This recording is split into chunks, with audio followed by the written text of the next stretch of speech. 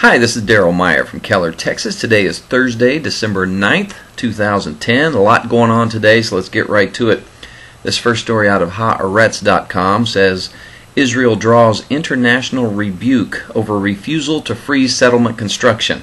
The EU, UN, and Arab League criticize Israel on its failure to renew freeze on West Bank settlement construction, which expired in late September, leading to the halt of direct Israel-PA peace talks. Okay, the European Union, United Nations, Arab League have rebuked Israel after its refusal to halt settlement construction forced Washington to drop efforts to relaunch the Mideast peace talks.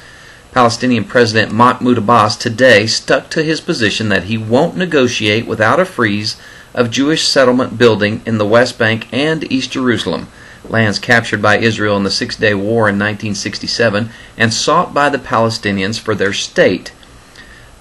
Here's my problem. This was a 10-month building freeze that they implemented last year. It expired this past September.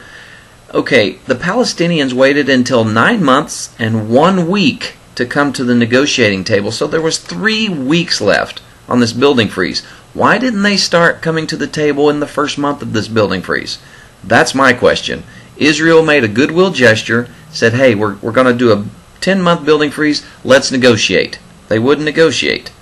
So they made a concession for nothing, basically, Israel did, because the Palestinians still didn't want to negotiate. And now they're crying that, oh, well, if they're going to keep building, then we're not going to negotiate. Well, guess what? Israel has every right to build, and if you got a problem with that, then you got a problem, I guess. Anyway, I'm not going to read this whole story because, man, there's a ton of news out there today. This next story is also out of Yahoo. It says Israel launches a strike and warns Gaza. This out of Jerusalem today from Reuters. Israel launched retaliatory airstrikes on the Gaza Strip today, hours after its top soldier warned troops to be prepared for possible wider action on the enclave's volatile border. An Israeli military spokeswoman said the strikes were aimed at 3 separate targets, 2 of which Gaza militants confirmed were sites they used for training. No casualties have been reported. The airstrikes were launched overnight after a mortar fired by Gaza militants wounded an Israeli man at a farm. The situation on the Gaza border is fragile these days. Israeli Armed Forces Chief General Gabi Ashkenazi told troops based near the Gaza border. He said that a large number of the explosive devices on the border and rising activity against Israel at the northern edge of Gaza predicted more incidents to come.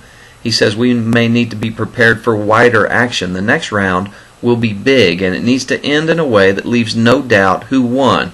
We are significantly stronger than the other side, the commander said. So not only do they have Hamas in the south in Gaza, they also have Hezbollah in the northern area of Lebanon taking over that part of that country. And they also have some other people that are backed by Iran and the Palestinians. Israel is almost surrounded by enemies. So we're seeing these people, the tension's getting high. Israel is having to strike back at these people that are launching rockets at them. And with this new call to the end of the peace talks, now that everything is halted, tensions are going to get higher. And it could get out of hand. This next story out of Israel Today says Palestinian mortars pound southern Israel, 1 wounded.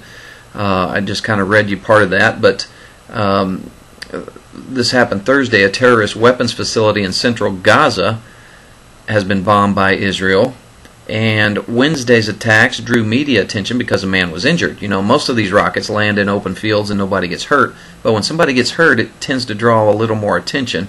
These attacks are taking place on a daily basis, but are largely ignored due to the fact that the terrorist artillery usually miss.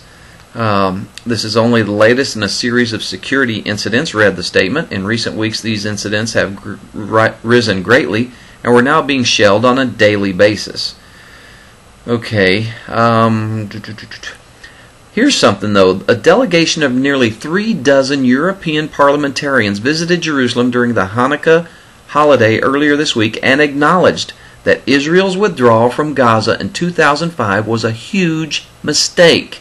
Amen to that. Land for peace doesn't work. And here they are, our administration trying to force them into doing it again. Okay, out of Yahoo, Palestinians reject talks without settlement halt. Kind of continues.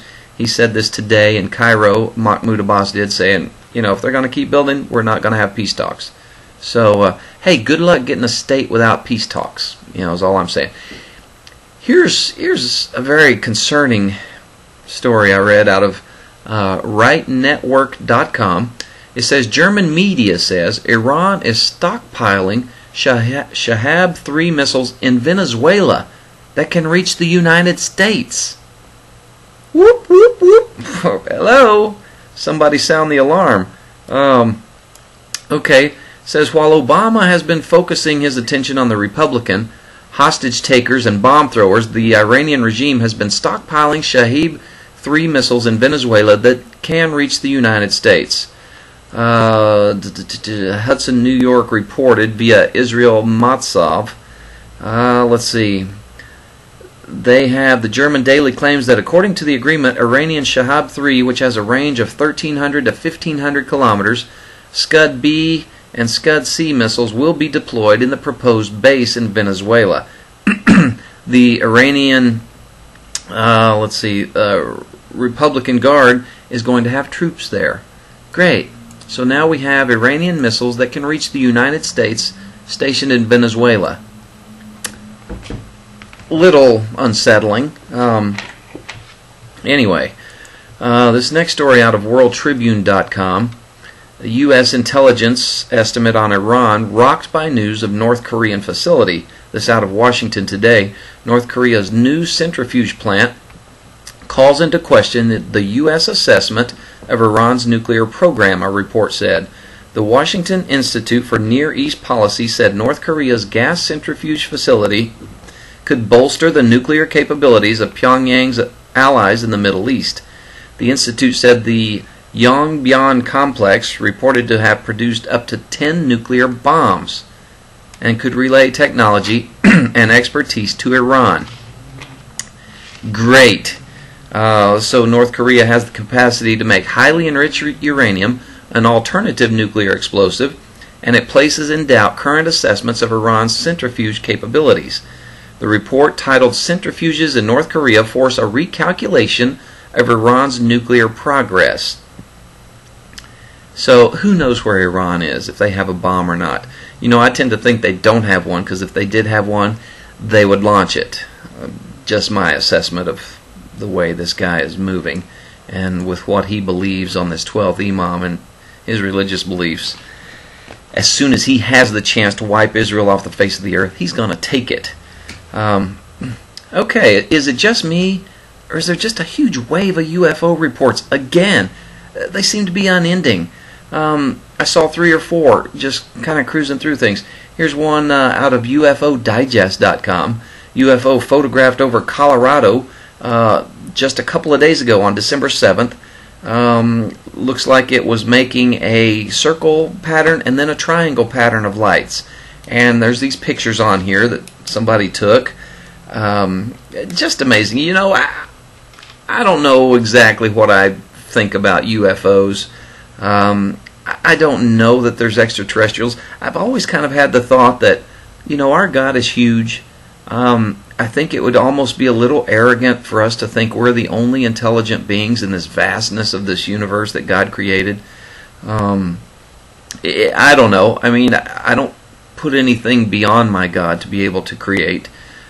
I don't know what part they're going to play. I do have a tendency to think, though, that if the rapture actually occurs and hundreds of thousands of people disappear from the face of the earth because they're Christ followers, the world will use alien abduction to try to explain it away to all these non-believers. Just my thought. Here's something else, though. This came out of theexaminer.com. 3 very large objects in space are flying toward Earth. SETI astrophysicist Craig Kasnoff has announced the approach to the Earth of 3 very large, very fast-moving objects.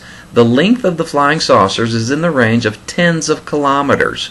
Landing, according to calculations of scientists, should be in the mid-December 2012 the date that coincides with the end of the Mayan calendar. How convenient. And I've looked into this. It says a few very large objects rapidly approaching the Earth, says SETI astrophysicist Craig Kasanoff. Don't take his word for it. You can check it out for yourself. You can go to the site www.sky-map.org and enter the coordinates of the giant UFO.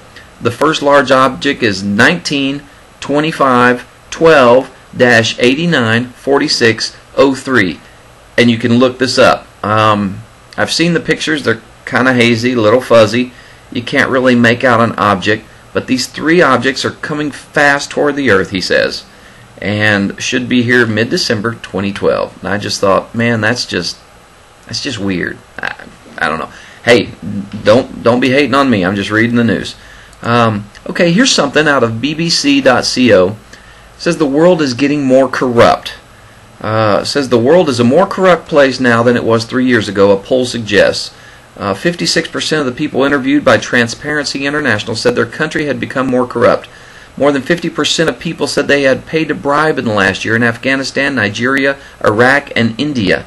Okay, why is that important? Because in 2 Timothy 3, verse 1 through 4, it says, "But know this, in the last days perilous times will come, for men will be lovers of themselves, lovers of money, boasters, proud, blasphemers, disobedient to parents, unthankful, unholy, unloving, unforgiving, slanderers, without self-control, brutal, despisers of good." Okay, the Bible's clear. The last times are going to be a very perilous time, and we see it coming. Here's something about out of ABC News. New Narnia film stirs religious controversy. I'm not going to read this whole thing, but we all know Narnia came from C.S. Lewis, who's a Christian, and he has even said in interviews that the character of Aslan was a figure of Jesus Christ. Okay, here's something that Liam Neeson, who is the voice of Aslan, the resurrected lion, said in the upcoming film. He said that the character doesn't necessarily represent Christ. He said that Aslan symbolizes a Christ-like figure, but he also symbolizes for me Muhammad, Buddha, and other great spiritual leaders and prophets over the century. Okay, that's not what C.S. Lewis said, who wrote the opposite before he died in 1963. So, you know, the Christian community is kind of up in arms over his saying this, but because it's clear that Aslan represents Christ, not anyone else. And we all know what Jesus said. He is the way, the truth, and the life. No one comes to the Father but through Him. So Buddha, Muhammad, any of these other paths are not the right path. Okay, been talking about prayer. Let's go to Psalm 13, verse 1. And that was David praying. And he said, "Oh, how long, O Lord, will you forget me forever? How long will you hide your face from me?" Okay, notice how this prayer starts. How long, O Lord, will you forget me? How long will you look the other way? I mean, it doesn't take a theologian to figure out what David is saying here, because we've all been there, right? At one time or another, we've all felt abandoned by God, and we just can picture David slumped over in the depths of despair as he writes this prayer. Now, things only get worse until he gets to verse 5.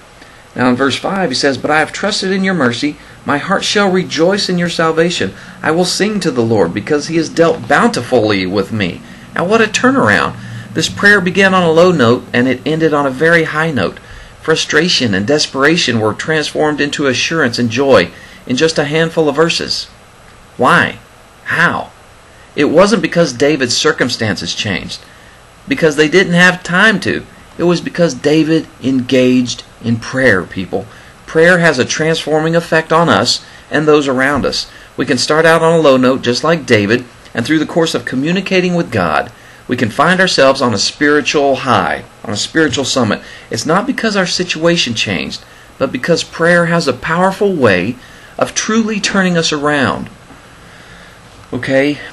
We need more than ever to get into prayer. Okay? Prayer comes from the heart.